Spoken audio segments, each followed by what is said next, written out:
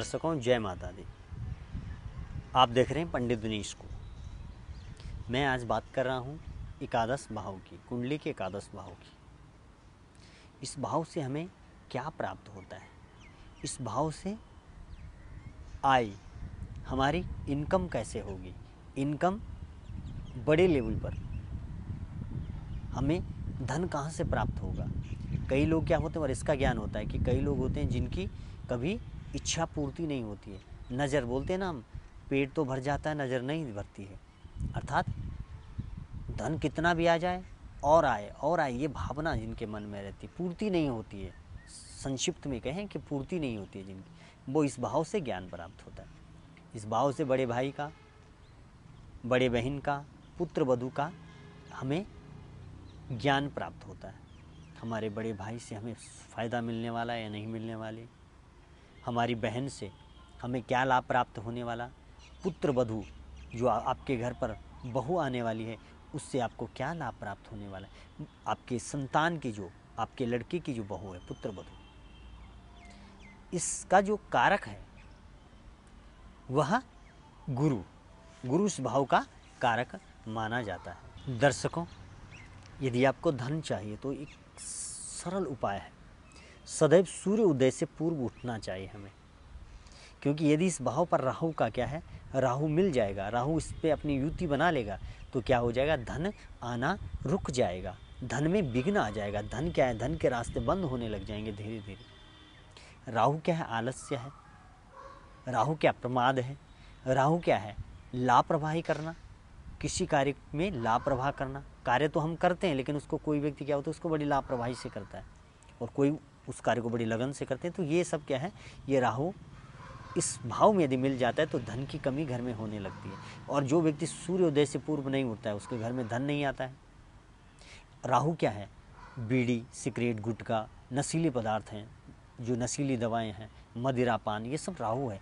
राहु का इन चीज़ों का यदि आप सेवन करते हैं तो धन आपके घर में आना बंद हो जाएगा। अब आप कहेंगे कि हमारे घर में बहुत से लोग ऐसे हैं जो इन चीज़ों का सेवन करते हैं, उनके पास धन होता है। भाई, आप इस चीज़ को क्यों नहीं जानते? यदि धन तो उनके पास होता है लेकिन उनका धन डॉक्टरों के पास जाता है, वकीलों के पास जाता है, कोर्ट में जाता है, गलत कामों में खर्च होता है, दुर्व्यसनों में जाता है, अच्छाई में उनका धन लगता ही नहीं है।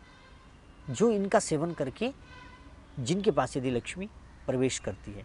इसलिए यदि आप स्त्री लक्ष्मी चाहते हैं और घर में सुख शांति चाहते हैं, सुख समृद्धि रहे, तो इन चीज़ों का सेवन ना करें। आय के साधन में बहुत सी रुकावटें आ जाएगी।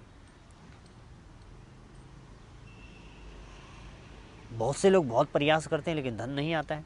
उन सब का कारण ये होता है। इसलिए दर्शकों, ध्यान रहे कि आप इन चीज़ों का सेवन न करें, राहु को बढ़ावा न दें।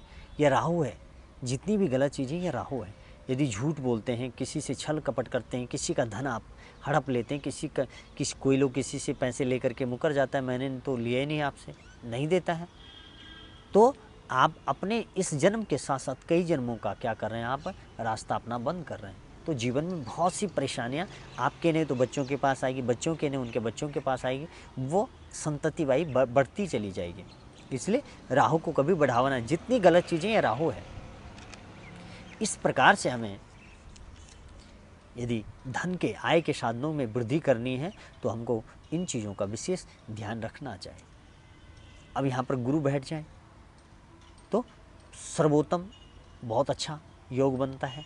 और इसकी दृष्टि देखें गुरु की, तीसरे भाव में, पंचम में और सातवें में, सप्तम भाव में होते हैं। उसका पारिवारिक जीवन, उसकी पत्नी के भाग्य से, पत्नी बड़ी उसको अच्छी मिलेगी, पत्नी के भाग्य से भी धन प्राप्त होगा।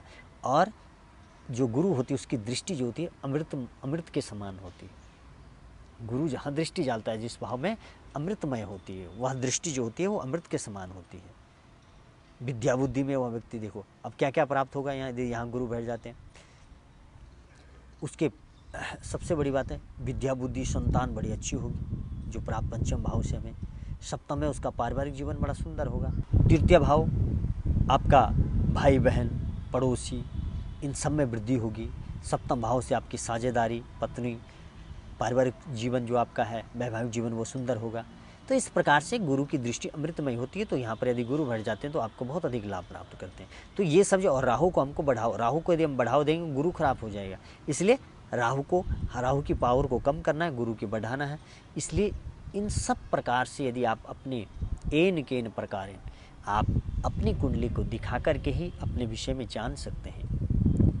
तो दर्शकों, ये बात की हमने एकादश भाव की। अब आगे हम बात करेंगे द्वादश भाव, जो अंतिम भाव है कुंडली का।